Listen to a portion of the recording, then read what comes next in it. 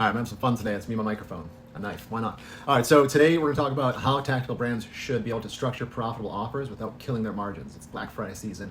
Here we go.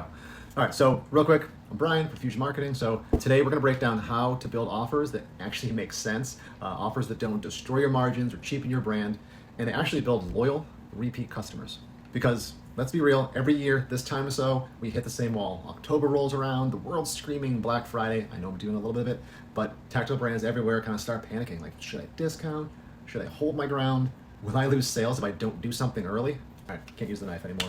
All right, today I'm gonna help you through all that. We're gonna think through it strategically, not emotionally, so the offers work for your brand and not against it. So the first part here is offer foundations. Remember, every offer has one job. It's got to move people closer to trusting and buying from you again. It's not about selling stuff cheaper. It's about creating momentum, okay? Yes, I know.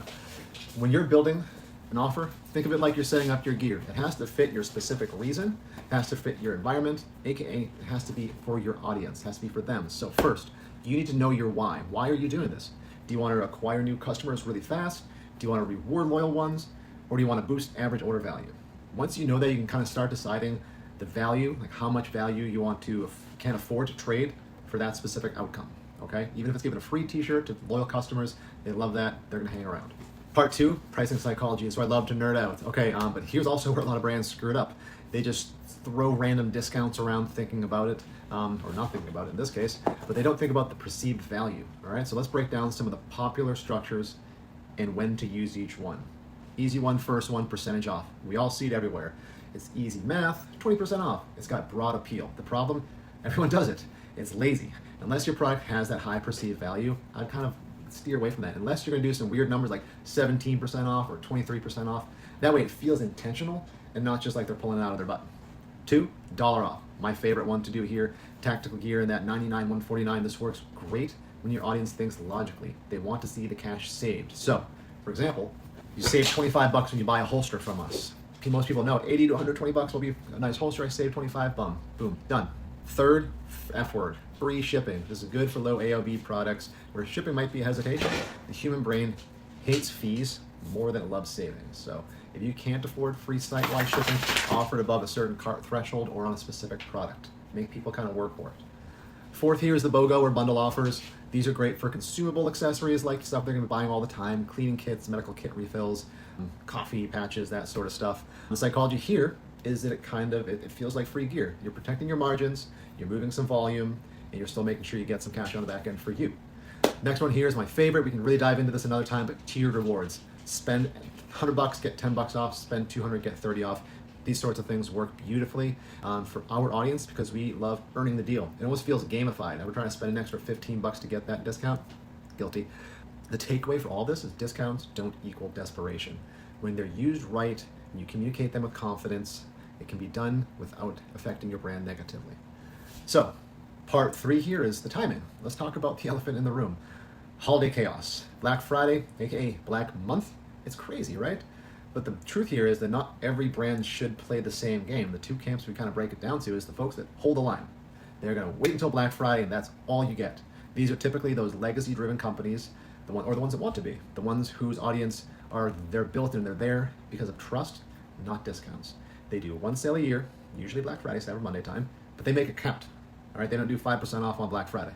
The strategy here is they build anticipation, they tease and drop one massive clean campaign that feels earned. On the complete flip side, we got the month-long ones. You know, some of these brands, it's their season to build momentum. They'll run a whole bunch of different offers throughout the week, whether they're talking about gear, education, community, putting bundles out. They're kind of teasing stuff, making it a little bit more and more interesting as the weeks come along until they get to that last one, the main Black Friday, Cyber Monday drop. Both approaches are right. There is no wrong answer. It depends on your business goals and your personal values. If you hate the idea of discounting, but you still want some engagement, run a giveaway or put a bonus item at the end when people are going to buy anyways. You know, if your mission is to grow the customer list, lean into those discounts we talked about a little more that attract some fresh blood, but nurture them afterwards. This is the part where a lot of brands kind of fail. So, like I was saying, jumping right into part four, long-term thinking. Your offer doesn't stop at that checkout. If you want people to come back a little bit faster, a little bit easier, maybe even higher AOV, you do this through a thorough post-purchase set of campaigns. story-driven emails that remind customers why they bought, not just what they bought. So a quick example here. Obviously, they get the first one, day one, order confirmation, a little bit of information about the brand, your mission. Maybe a few days later, some education on the product, some setups. Hey, you bought the holster from us. Here's how a lot of people set it up. You have any questions? A couple days later, invite them to a community, whether it's a Facebook group, a Discord chat, or something. Bring a community together.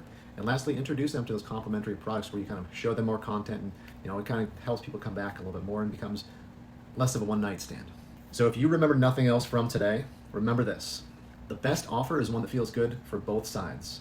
Your customer needs to feel like they won, and you feel like you grew your business on purpose and didn't just panic the whole time. That's how you build profitable loyalty, not just a couple sales.